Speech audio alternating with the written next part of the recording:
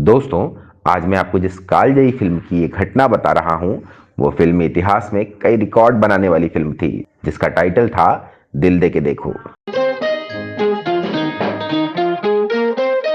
दिल दे के देखो, दिल दे के देखो। इस फिल्म में बागी शम्मी कपूर के साथ पहली बार आशा पारेख को लीड रोल दिया गया था और उनकी कामयाबी के साथ ही बॉलीवुड में आशा जी का करियर सेट हो गया था। ओ मेरे शाह खुबा, बड़ी दुनिया में आखिर दिल।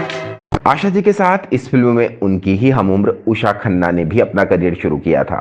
वो 18 साल की उम्र में संगीतकार बनने वाली और इतने बड़े बैनर की फिल्म से शुरुआत करने वाली इकलौती संगीतकार थी, जिसमें उन्होंने ऐसा कमाल किया कि तमाम स्थापित संगीतकार देखते रह गए। प्यार की कसम है, न देख ऐसे प्यार से। 18 साल की उम्र में उषा खन्ना ने रफी साहब और आशा जी जैसे लीजेंड से उनका बेमिसाल काम कराया था। इसके साथ ही उन्होंने रफी साहब से पहली बार आशा जी के स्टाइल में भी गाना गवा लिया था।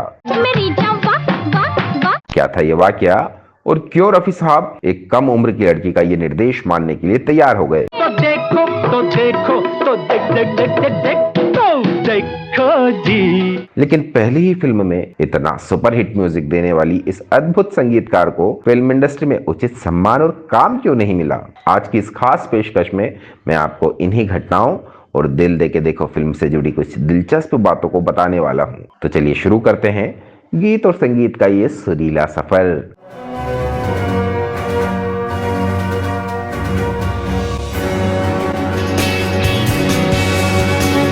कई फिल्में फ्लॉप होने के बाद शम्मी कपूर तुमसा नहीं देखा में एक नए अंदाज में नजर आए थे, तो दर्शक उनके इस अंदाज के दीवाने हो गए। उनकी इसी कामयाबी को भुनाने के लिए निर्देशक नासिर हुसैन उसी तेवर वाली फिल्म दिल दे के देखो लेकर आए।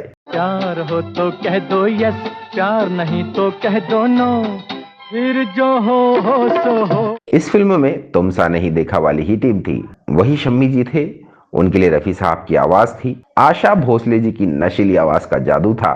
गाने भी ओपी नैयर के स्टाइल में थे, मगर खुद ओपी नैयर इस फिल्म में नहीं थे। उनकी जगह निर्माता शशधर जी ने एक नई लड़की उषा खन्ना को संगीतकार बनाकर इंडस्ट्री के सारे दिग्गजों को चौंका दिया था। हालांकि उनका फैसला बिल्कुल सही साबित हुआ और उषा जी ने बिल्कुल नैयर साहब के स्टाइल में सुपरहिट गाने बनाए।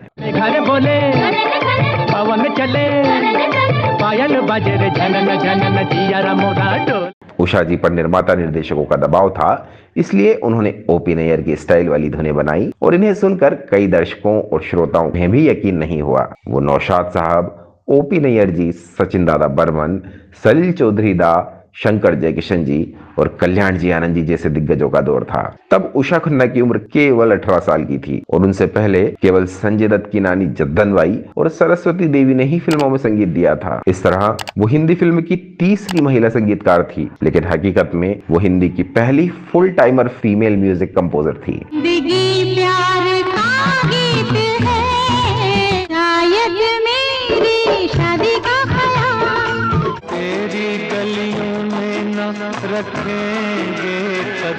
तुमसा नहीं देखा में शम्मी जी और अमिता की जोड़ी थी, लेकिन इस फिल्म के निर्माण के दौरान हुए झगड़ों के बाद फिल्मिस्तान से शशधर मुखर्जी और नासिर हुसैन अलग हो गए और शशधर जी ने फिल्मालय स्टूडियो बना लिया। इसलिए दिल दे के देखो में अमिता जी की जगह नई एक्ट्रेस की तलाश हुई। काफी खोजबीन के बाद आशा पारेख को लिया, जो पहले कुछ फिल्मों में चाइल्ड आर्टिस्ट बन चुकी थी। तब उनकी उम्र 17 साल की हो चुकी थी।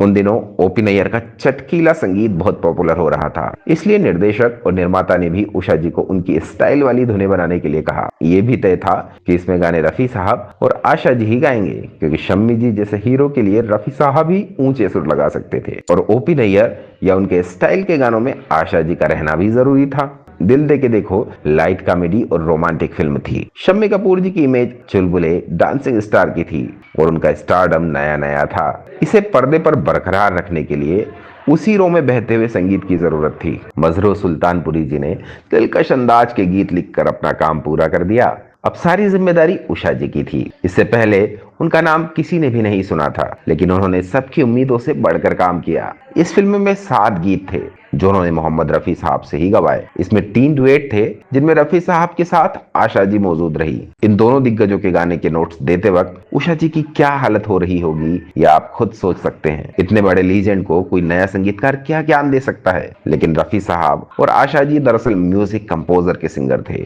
और वैसा ही गाते थे जैसा उनका कंपोजर चाहता था।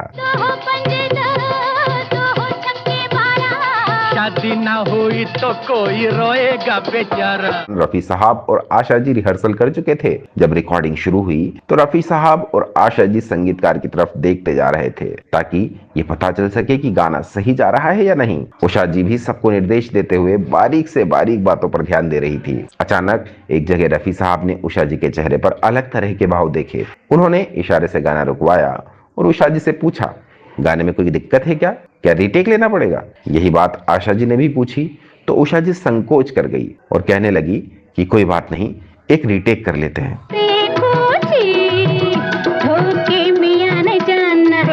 तो बोलो जी। जब रीटेक हुआ और रफी साहब ने अपनी लाइनें गाई तब भी उषा जी खुश नहीं दिखी।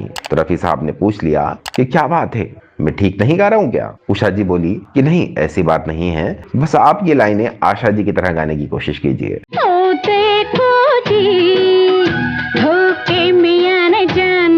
ये सुनकर रफी साहब को हंसी आ गई क्योंकि कोई संगीतकार उनसे पहली बार किसी फीमेल सिंगर की तरह गाने की मांग कर रहा था। तो उन्होंने कहा, इसमें संकोच कैसा? तुम मुझे पहले ही बताती तो मैं वैसे ही गा देता। चलो एक रिटेक और करते हैं। इसके बाद एक और रिटेक हुआ और रफी साहब ने वैसे ही गाया जैसा उषा जी चाहती थी। तो बोलो जी, फिर क्या करे दीवाना। ये फिल्म बहुत हिट रही और इसके गाने आज तक गुनगुनाए जाते हैं, लेकिन उषा जी को इसका ज्यादा फायदा नहीं हुआ। पुरुषों की प्रधानता वाली म्यूजिक इंडस्ट्री में उषा जी अपने संगीत की मार्केटिंग ढंग से नहीं कर पाई और उन्हें लंबे समय तक काम नहीं मिला। तो दोस्तों, संगीतकार उषा खन्ना जी के काम और रफी साहब के समर्पण के बारे में आपकी क्या राय है? कृपया कॉमेंट करके जरूर बताएं। वीडियो देखने के लिए आपका बहुत बहुत धन्यवाद दोस्तों।